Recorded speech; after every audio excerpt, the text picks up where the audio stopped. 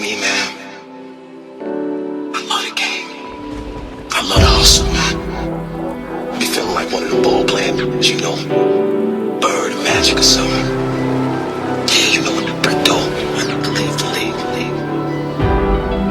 What if I leave? The fans still gonna love me, man.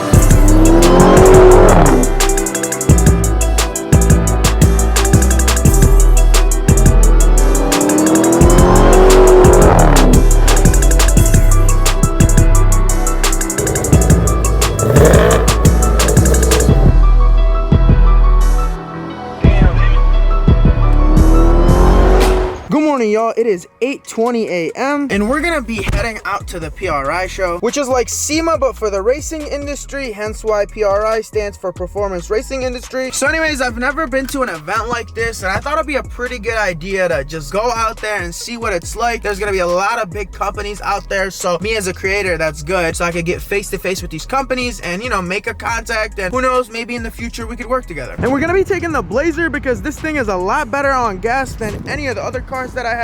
And check out the prices here. Look at that.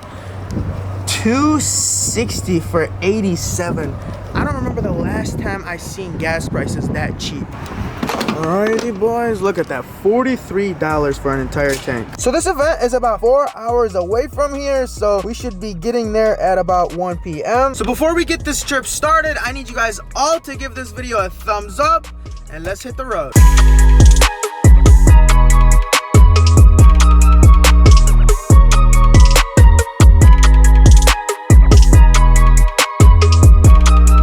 So we're finally here after a 4-hour drive. The drive was pretty cool, open road, no traffic, but now we're gonna go get our passes and go check out what's in there. All right, so we got our passes and we are in here, and there's just so much to cover. So first stop is Willwood, so check out their brakes. They make really nice 15-inch conversion brakes as well for Hellcats or any really type of cars that you would need 15-inch wheels. Look at this. Pretty cool stuff over here. Check this car out. Look at the wheels.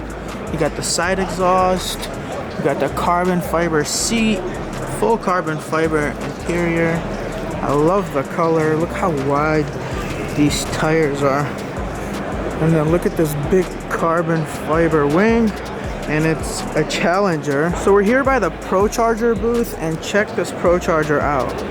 Look how huge this thing is. Oh my god, this thing is crazy. It's a F1X. And check this Ford GT out. Full exposed carbon. Oh my god, this thing is nasty. Look at the wheels. Got the number 2 here. So I think this is just a kit car. Wow, look at that. That is so cool. Look at the exposed motor. Look at the doors. They come all the way up here. Wow. That is cool.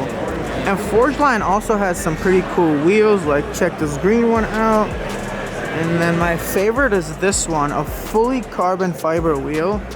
Look how cool that is. So even here, I mean everything, the whole wheel is carbon fiber, I believe, besides these, unless they just painted them. So they got a pretty nice selection. Love the purple here. It looks blue on camera, but it's definitely purple. And then here are the bead locks. So as you can see, the tire goes in between there, and then you lock these. Pretty cool. The gold one is cool as well. Love the color on this BMW. Orange with carbon fiber hood. Nice wheels. Look at the interior. Oof. Look at that.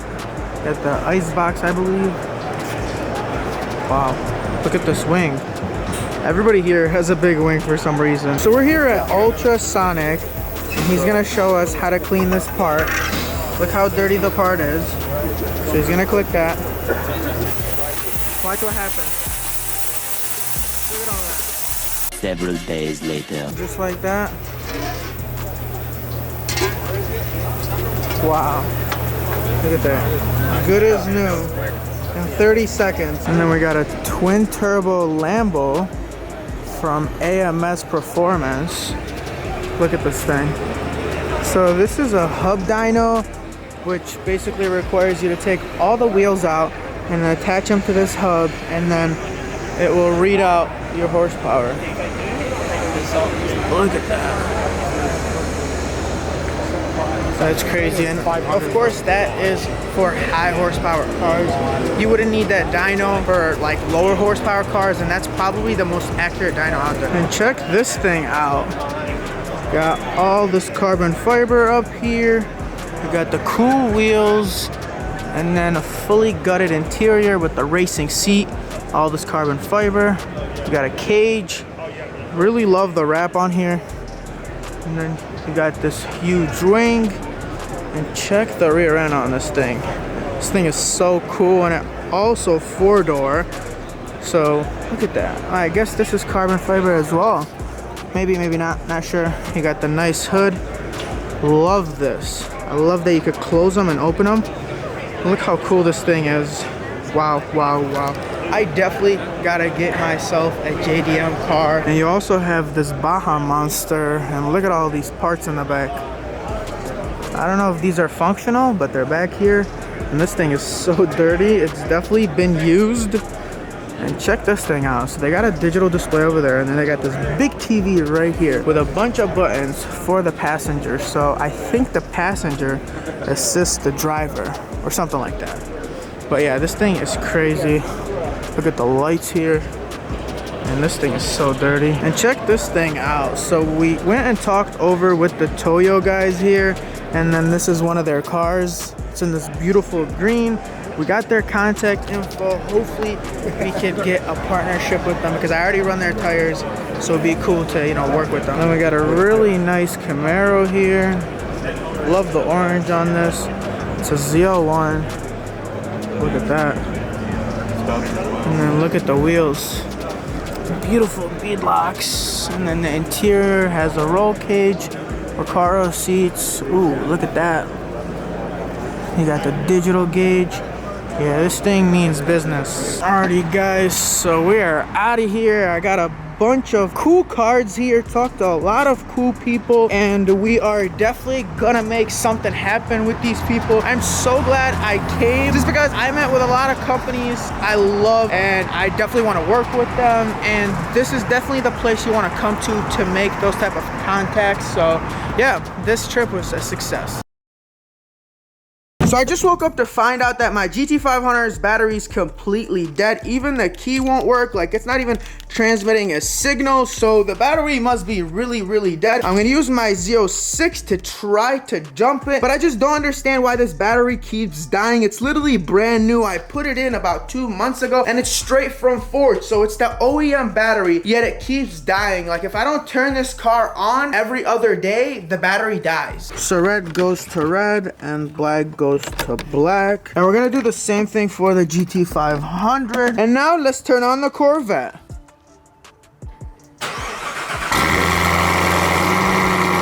Basically gonna keep the Z06 on and basically recharge the GT500's battery. So the key is finally working. So let's see if we can get in here. Yeah, so it's literally completely dead. It won't even turn on. So I let the battery charge for 20 more minutes, and now we're gonna try this again. Oh my God, it's, stay on, stay on. Yes, finally. Oh my God, it's finally on. Wow. It is finally on. We can finally turn off the Corvette. Let's turn this thing off. I hate this. I literally hit it every time I get in here. All right, why isn't it turning off? All right, it's off. Oh my God. The Corvette has been on for literally 40 minutes. It took 40 minutes of charging to get this thing to come on. I literally gotta just go and buy a trickle charger. I didn't know that if you don't turn your car on every other day, that it would die. I don't know why I'm having this problem with this car, where the Z06, I don't ever have to turn it on. and then when I go to turn it on, it starts right away. So we're gonna leave the GT500 out here running so the battery could recharge, but let's shift our focus to the Z06. So I bought this thing about 2 months ago, and I have yet to disclose how much I actually paid for this thing. Let's actually turn this thing off. It is way too loud and distracting. But anyways, back to the Z06. So when I bought this thing, I wasn't actually in the market for a Z06. I mean, I kind of was, but not really. I wasn't putting that much effort into finding one. But then I saw a listing on Twins Auto Sales website of a Z06, and it was this one, and I was like, oh, that's cool, but they wanted way too much for it. So the starting price was $85,000 for this thing. And well, even though they wanted way too much for the car, I just wanted to go down there and check it out. I had no idea that it was modified. Once I turned it on and heard the cam and the Pro Charger and the headers and the exhaust, and I was like, oh my God, I definitely need to have this, but it has to be for the right price. And after that, I talked to the owner of the dealership, and he showed me the build sheet for this car, and I thought I had a lot of money invested into it. But before I even negotiated on the price, the owner dropped the price by $5,000 just because me and him have done previous business. I even bought this GT500 through him. This was originally from a dealership in LA. They made the entire deal happen, and they being Twins Auto, so I've bought a car through them before, and now I was interested in yet another one. So the price is at $80,000 now, and I thought that was somewhat fair considering it was in great shape and it had low miles. The car only had 13,000 miles, so I kind of thought the price was fair. But of course, you can't just take the first or second price, you have to negotiate. So then I went back and forth with them. I was willing to pay $75,000. They raised it to $76,000, and well, I actually talked to the owner of the car. He basically took me for a test drive and pretty much told me about everything that was done to it. So me and him negotiated for the next few days, and I tried to get him to drop the price,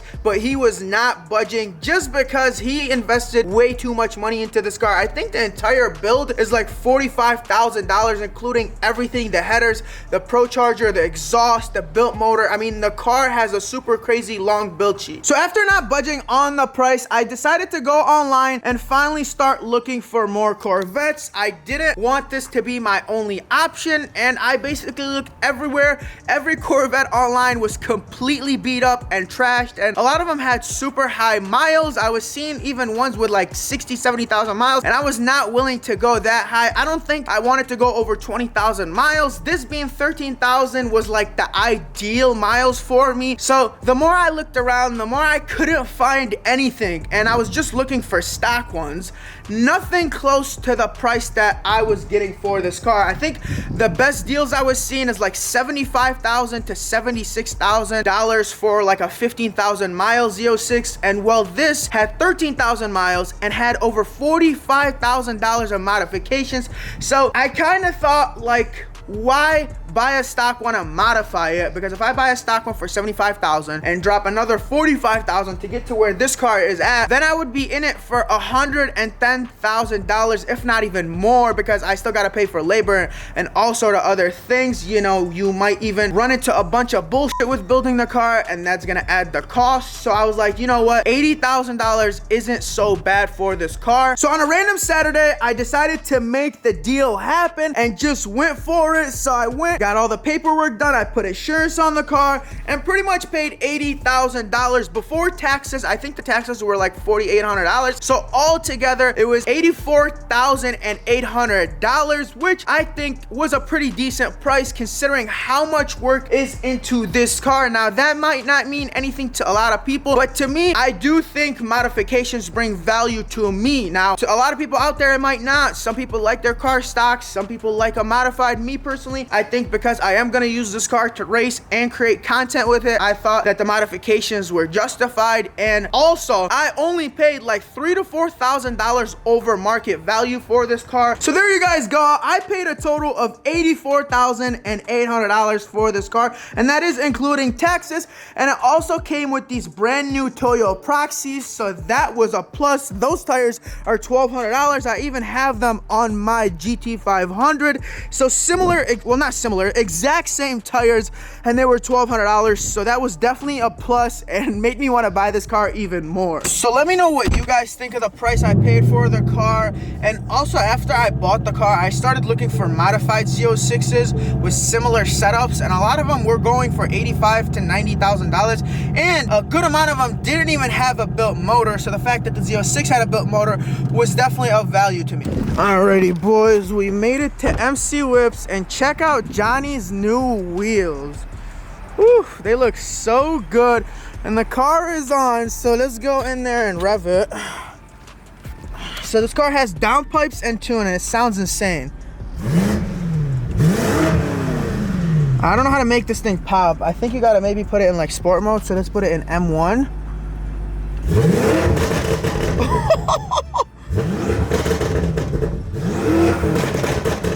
And suddenly MC Whips has turned into a BMW dealership. So you got the M5 here. You have an M8 competition here, same color as the M5.